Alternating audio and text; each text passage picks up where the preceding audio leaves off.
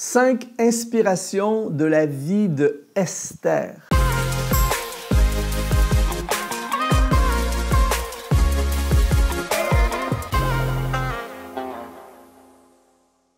Bonjour, ici Luc Dumont d'Exponentiel.net. Merci d'être là aujourd'hui. C'est une émission très spéciale. On parle aujourd'hui d'une grande femme, une femme extraordinaire qui s'appelle Esther, la reine Esther.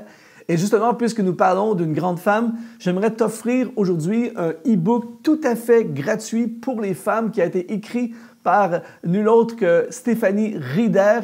Et le livre s'appelle « Deviens la femme que tu admires ». Tu peux le télécharger tout à fait gratuitement en allant dans le lien qui apparaît dans la description de cette vidéo et tu peux accéder à ce magnifique livre pour les femmes. Et aujourd'hui, on veut s'inspirer de cette femme dans l'Ancien Testament, dans la Bible, qui s'appelle Esther, cette femme qui a marqué l'histoire, qui a fait des choses extraordinaires, qui a littéralement marqué sa génération. Et j'ai soutiré 5 inspirations de ta vie. Voici la première inspiration. Même si tu ne comprends pas ce qui t'arrive, n'arrête jamais de faire confiance à Dieu. On lit dans le texte, dans le livre de Esther au chapitre 2 au verset 8, « Lorsqu'on eut publié l'ordre du roi et son édit et qu'un grand nombre de jeunes filles furent rassemblées à Suse, la capitale, sous la surveillance d'Hégaï, Esther fut aussi prise et conduite dans la maison du roi sous la surveillance d'Hégaï, gardien des femmes. » En fait, la vie d'Esther, cette jeune femme exilée, orpheline, va s'effondrer une fois de plus et elle va se retrouver du jour au lendemain de façon injuste. Elle va se retrouver prisonnière du harem du roi. Une injustice totale, une injustice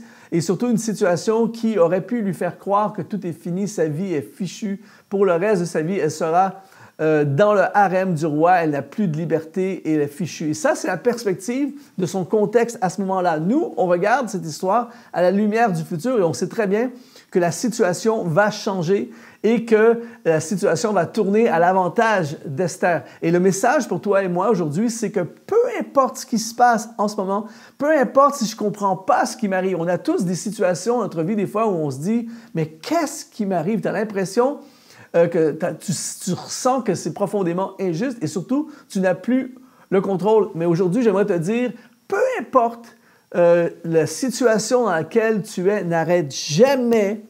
S'il y a quelque chose que Esther nous enseigne, c'est n'arrête jamais de faire confiance à Dieu. Deuxième inspiration de Esther, c'est Dieu utilise les injustices et les épreuves pour nous positionner dans notre destinée. Et ça, c'est très, très puissant. Donc, au chapitre 2, verset 17 du livre d'Esther, ça dit « Le roi aima Esther plus que toutes les autres femmes, et elle obtint grâce et faveur devant lui plus que toutes les autres jeunes filles. Il mit la couronne royale sur sa tête et la fit reine à la place de Vashti. » En fait, Dieu va utiliser les épreuves de notre vie.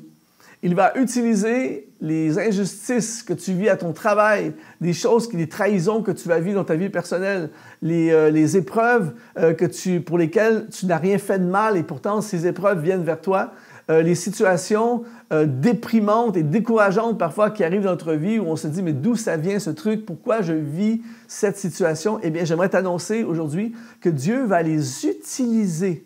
Il est tellement grand, tellement puissant et tellement en contrôle de tout qu'il va les utiliser pour te placer, te positionner exactement là où il veut te positionner. J'irais même plus loin en disant que sans ces épreuves et ces injustices, probablement qu'on ne serait pas allé à certains endroits, on n'aurait pas fait certaines choses. Et c'est ces endroits-là et ces choses-là qui nous amènent dans le positionnement divin pour notre destinée. Troisième inspiration d'Esther, c'est Dieu dispose en notre faveur même de nos ennemis. Au chapitre 2, au verset 15, on lit « Esther trouva grâce aux yeux de tous ceux qui la voyaient. » Il faut se rappeler qu'elle est, entre guillemets, en territoire ennemi. C'est une Juive, elle est chez des ennemis, des gens qui sont, on va le voir plus tard, des gens qui veulent détruire même le peuple juif. Elle n'est pas chez elle, elle n'est pas parmi les siens, elle est en environnement hostile. Mais la Bible dit, pareil comme Joseph, Dieu va lui donner faveur, même auprès de ses ennemis. C'est ça qui est puissant lorsque tu es dans le plan de Dieu. C'est pour ça qu'il dit dans Proverbes, au chapitre 16, verset 7, Quand l'Éternel approuve les voies d'un homme, il dispose favorablement à son égard même de ses ennemis. Alors aujourd'hui, n'aie pas peur de ces endroits hostiles de nos vies. Peut-être que tu travailles en ce moment, ton milieu de travail est un milieu hostile. Peut-être que tu as l'impression d'avoir beaucoup d'ennemis, beaucoup de gens qui sont contre toi ou qui voudraient ton mal ou qui ne veulent certainement pas que tu réussisses. Et parfois, ça peut créer de l'intimidation qui peut nous limiter et nous empêcher d'aller de l'avant dans les projets et dans notre destinée. Mais aujourd'hui, rappelle-toi ceci, que quand Dieu est avec toi, quand tu es dans le plan de Dieu, dans ta destinée, Dieu va même utiliser et disposer tes ennemis en ta faveur. Et ça, c'est une des forces de l'histoire, de l'inspiration que nous apporte Esther. Quatrième inspiration, c'est la destinée est souvent déguisée en problème. C'est écrit dans Esther, chapitre 4, au verset 14, un passage magnifique et très connu.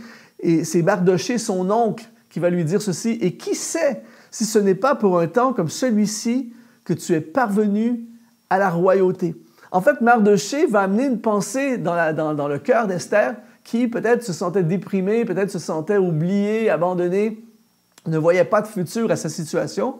Et en fait, sa situation est un déguisement.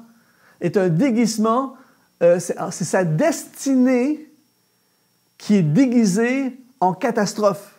Et c'est ultra encourageant pour toi et moi de comprendre ceci, c'est Mardoché dit, peut-être que c'est pour un temps comme celui-ci, un temps aussi troublé, aussi mauvais, aussi pourri, si je peux utiliser le mot, c'est pour un temps comme celui-ci que tu es là.